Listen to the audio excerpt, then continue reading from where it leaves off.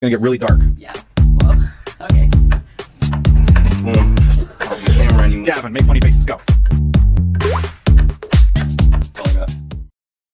The company is called Hyperlite, and this is their LED floodlight from their Mars series.